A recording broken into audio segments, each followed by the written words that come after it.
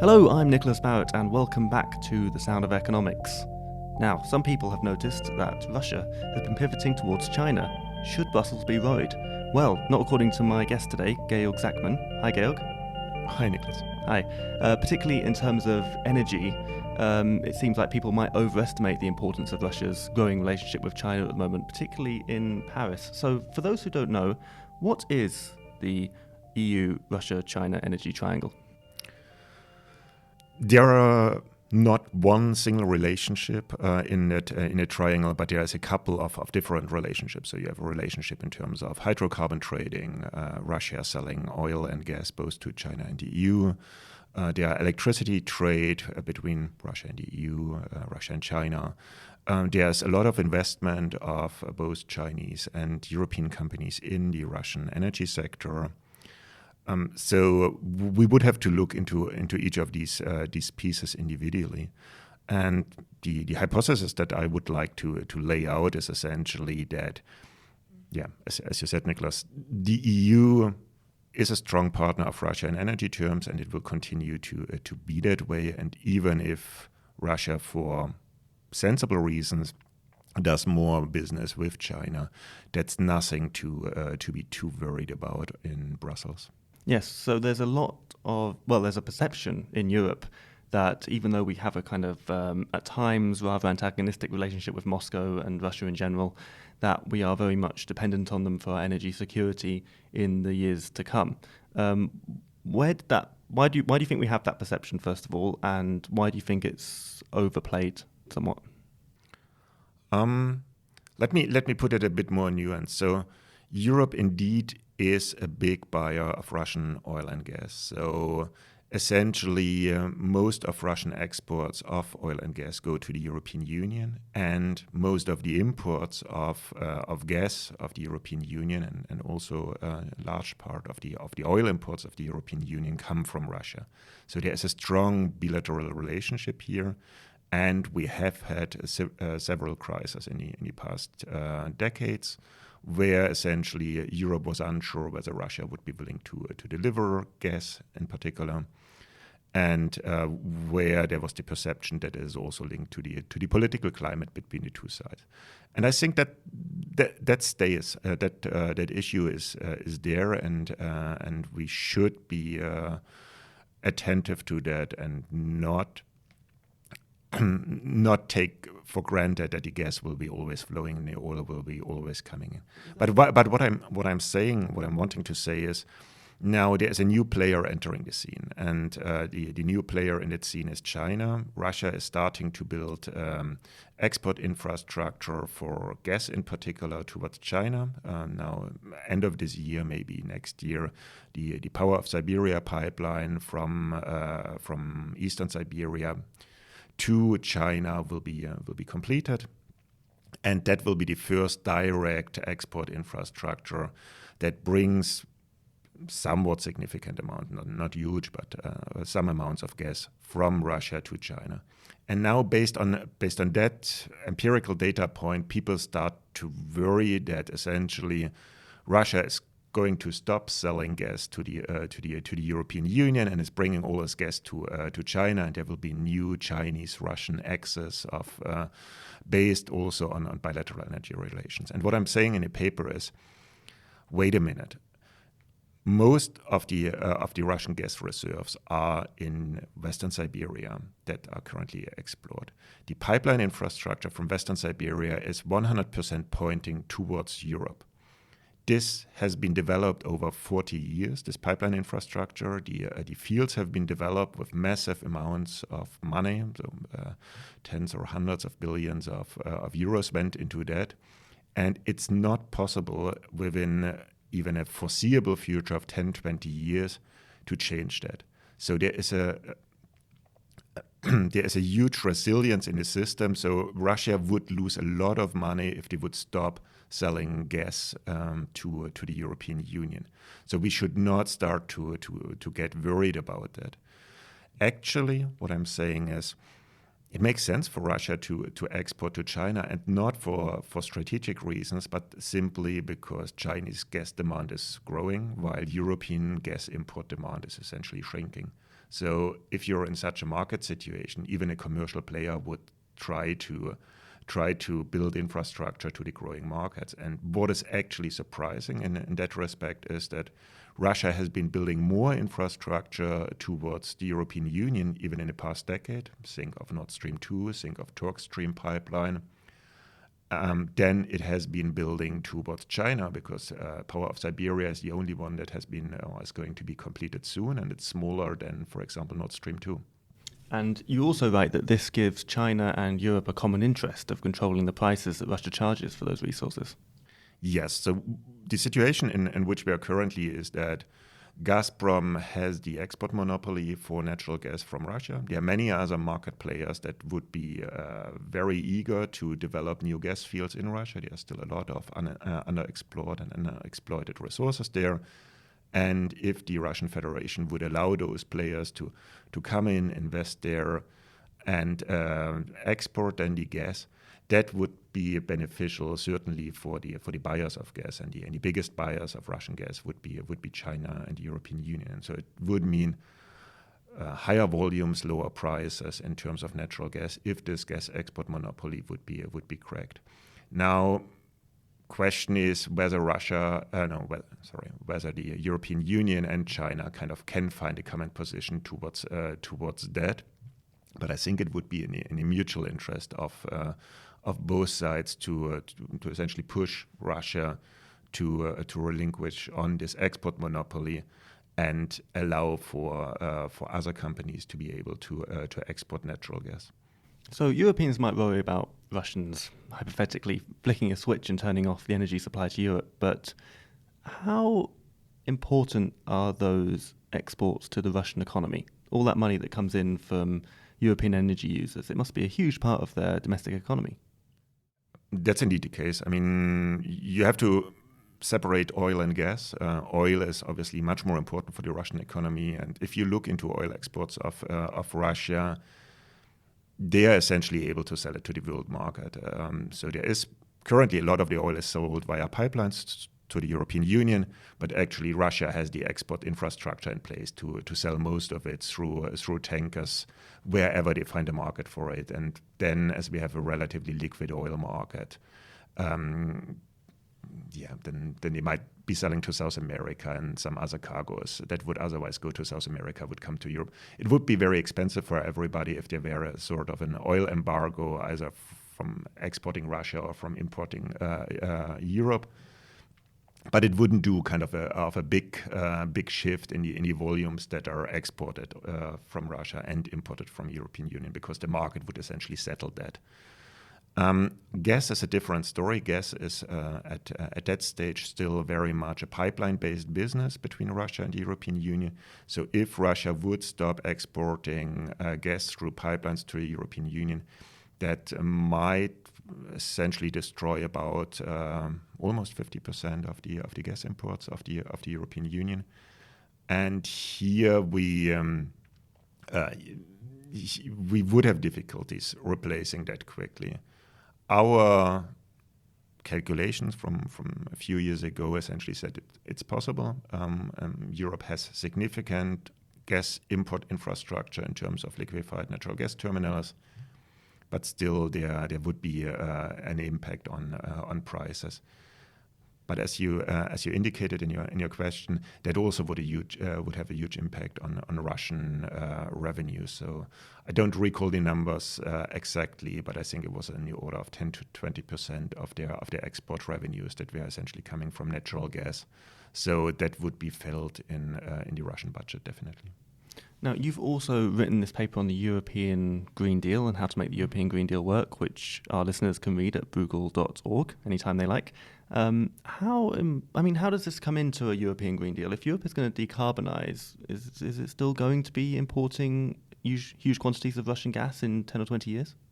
That's an excellent question, and that's essentially a huge uncertainty over the energy relations between the EU, Russia, and China. So we might be able to foresee the next 10, 15 years based on what we have today. But after that, it will be largely dependent on the speed and the mode of decarbonization that each of the three partners take. So if Europe decides to decarbonize quickly by essentially switching all energy consumption to electricity, so electrifying transportation, electrifying heating, and base this electricity production mainly on domestic renewables, there will be no more discussion about buying hydrocarbons from Russia. If, on the other hand, the European Union says, okay, it will be quite difficult to produce all this renewable electricity, and heating with electricity is quite difficult because you need all this electricity being there in winter, and then the sun is not shining, so you have issues with the solar power production. Let's go for some sort of clean fuel such as hydrogen or methanol.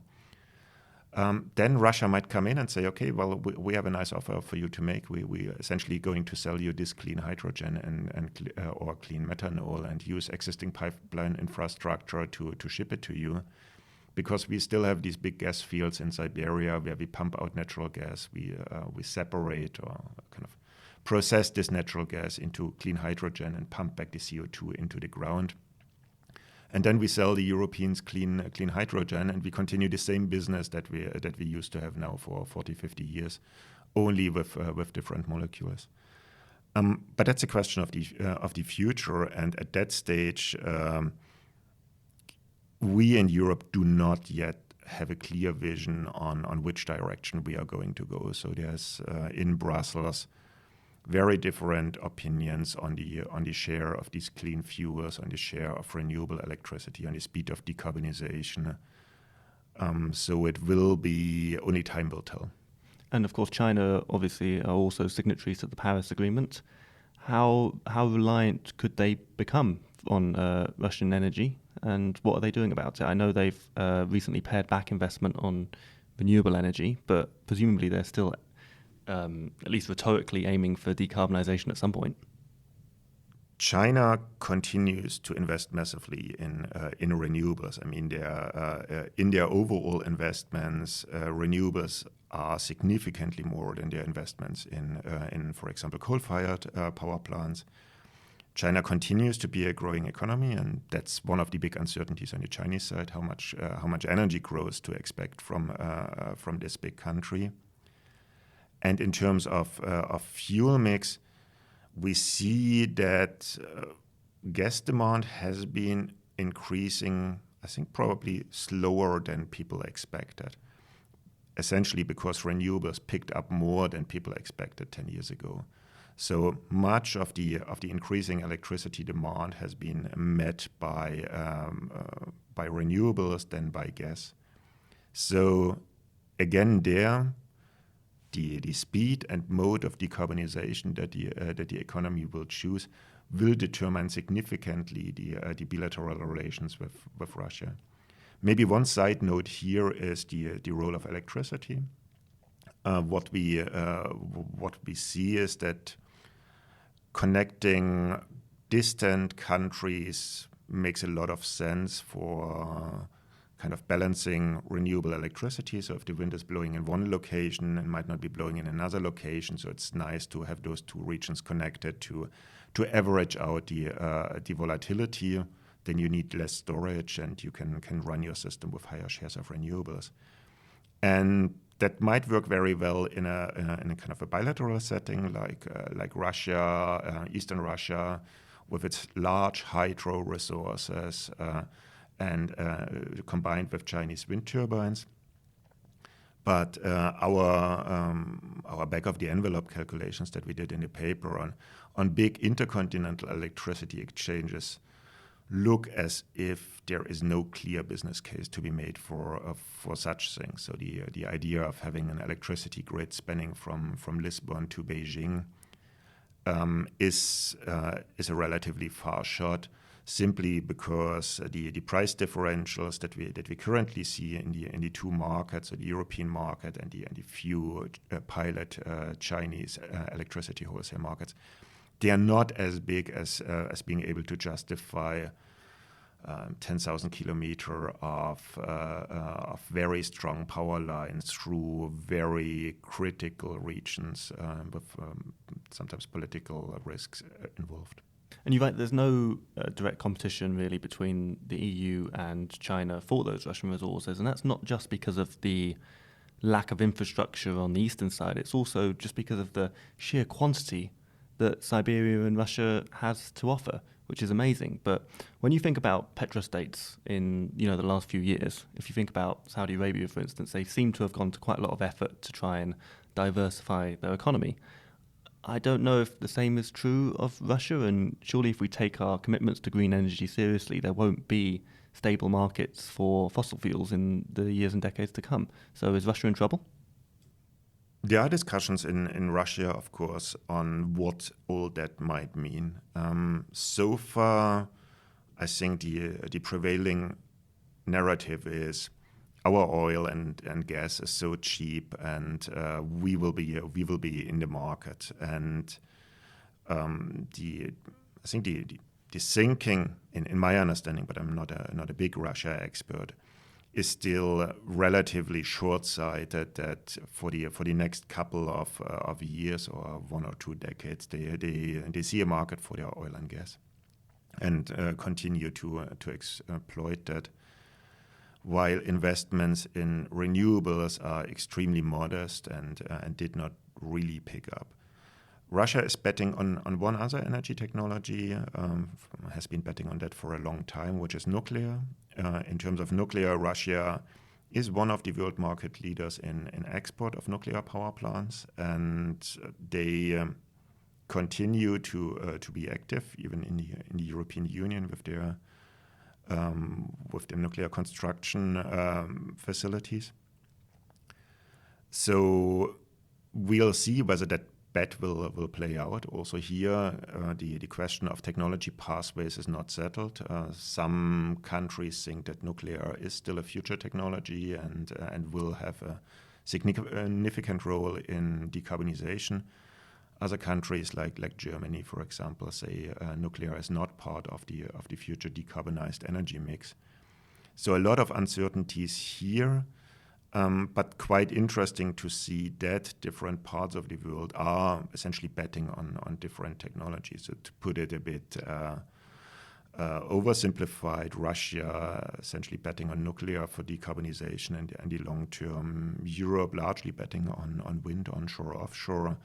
And China being quite heavily engaged in exporting photovoltaics. So let's see how that plays out. Now, obviously, it's clear from your research that you've spent an awful lot of time researching the investments of countries around the world in the future of their energy consumption and output and so on. In terms of the Paris Agreement and the European Green Deal and just decarbonisation and climate change in general, do you currently, having researched all these trends so heavily, do you consider yourself an optimist or a pessimist? I am quite optimistic in terms of the penetration of low carbon energy sources. I think that went faster than many people expected. The cost progression or the reduction of cost of wind and solar was staggering in the past decade, and electric vehicles now seem to start to become a real thing. So on that side, things are moving in the right direction, maybe faster than we thought before. On the other hand, on the political side, things are moving very bumpy and slowly. So the Paris Agreement, after the US decided to leave, is in somewhat trouble, and I would argue that decarbonization will stay an uphill battle till the very last moment. Simply for the reason that if we reduce our oil and gas consumption, the price of oil and gas will decline, and then it will again be a question of whether we not use it. You have to see that Saudi Arabia and I think also Russia can produce oil at maybe 10, 20 dollars per barrel. And still today, fossil-fueled vehicles are competitive with electric vehicles. So this cost gap will will be our problem for the foreseeable future. So policy has to play its role to make sure that we keep the oil and gas underground and do not burn it. So on the technical side, I'm rather optimistic. On the political side, it will be a hard fight, and we'll have to continue to do that for a very long time in order to keep the oil and gas underground. Now, I don't know if you listened to our second podcast on your European Green Deal paper, but I started it by quoting some research from Professor Roger Pilkey from the University of Colorado, which I hope I'm pronouncing correctly, where he says, there are 11,000 days less than 11,000 days now between today and the start of 2050. If we're going to decarbonise and maintain our current energy use, we would have to build one nuclear power station every single day for each of those days between now and 2050, or 1,500 wind turbines every day between now and 2050. And that's if you don't factor in the emerging middle classes in India and China who are almost certainly going to want to use more electricity in a few years than they are today. Now, that's a staggering amount of investment, energy, and political will to do anything near that amount. Also, at the same time, we're obviously going to have to reduce our energy consumption. Is that plausible? We are now close to be in 2020, so we have 30 years. Essentially, it's one investment cycle. So if we stop now to build fossil fuel infrastructure, and instead for each coal-fired power plant that goes out of operation, build the corresponding amount of wind turbines to replace it, that sounds not completely implausible to me as an option. Our consumption in terms of individual transportation hopefully goes down, and I think there we, in my personal opinion, but I haven't done enough research on that. I would argue that a shift from individual mobility to a bit more kind of public mobility in some areas might reduce significantly the resource consumption and might be a sensible thing to do. So from all the pathways I've seen, they are all very ambitious, but if there is enough will by the people to pay for that and elect the politicians that make that happen, then we can make it happen. And do you think in terms of politics, do you think politicians should tell people, maybe the middle class life you have now where you can eat whatever you want for dinner every night and you can go on perhaps 1 or 2 holidays a year on a plane, that might not be something we can all do forever? My take would be that our lifestyle will not be that dramatically altered by decarbonization as many people argue. I would think if there is demand by people for certain services like doing trips abroad or eating things that taste like meat, then that will be delivered by the market, and maybe at the beginning prices of those things will be higher, but they will tend to come down as they used to come down in the past. I mean, aviation tickets were unaffordable 50 years ago. They are super cheap now, and why not make the same thing with electric flying or whatever the technology is? Maybe one more philosophical comment on your philosophical question. I think all these discussions on which technology is going to deliver those services today is extremely difficult. I mean, if you open a newspaper, they are always full of technological ideas that solve problem X or Y. And if you look 10 years back, you check all those forecasts which technology will deliver, I mean, 90% of them have been wrong. And as an economist, I find it extremely difficult to assess the merits of a certain technology. So I wouldn't have an answer to you that electric flying is going to be the solution, or hydrogen flying, or whether it's high-speed trains or whatever. We'll have to see what meets best the demand of people at the lowest possible cost, and I hope that we keep some sort of technology openness in our debates, and we should be very, very careful when we when we lock in certain technology solutions, not to pick the wrong ones. Well, Georg, I have digressed massively from the theme of your paper, just because you're not in the office that often, and it's a pleasure to talk to you when I can.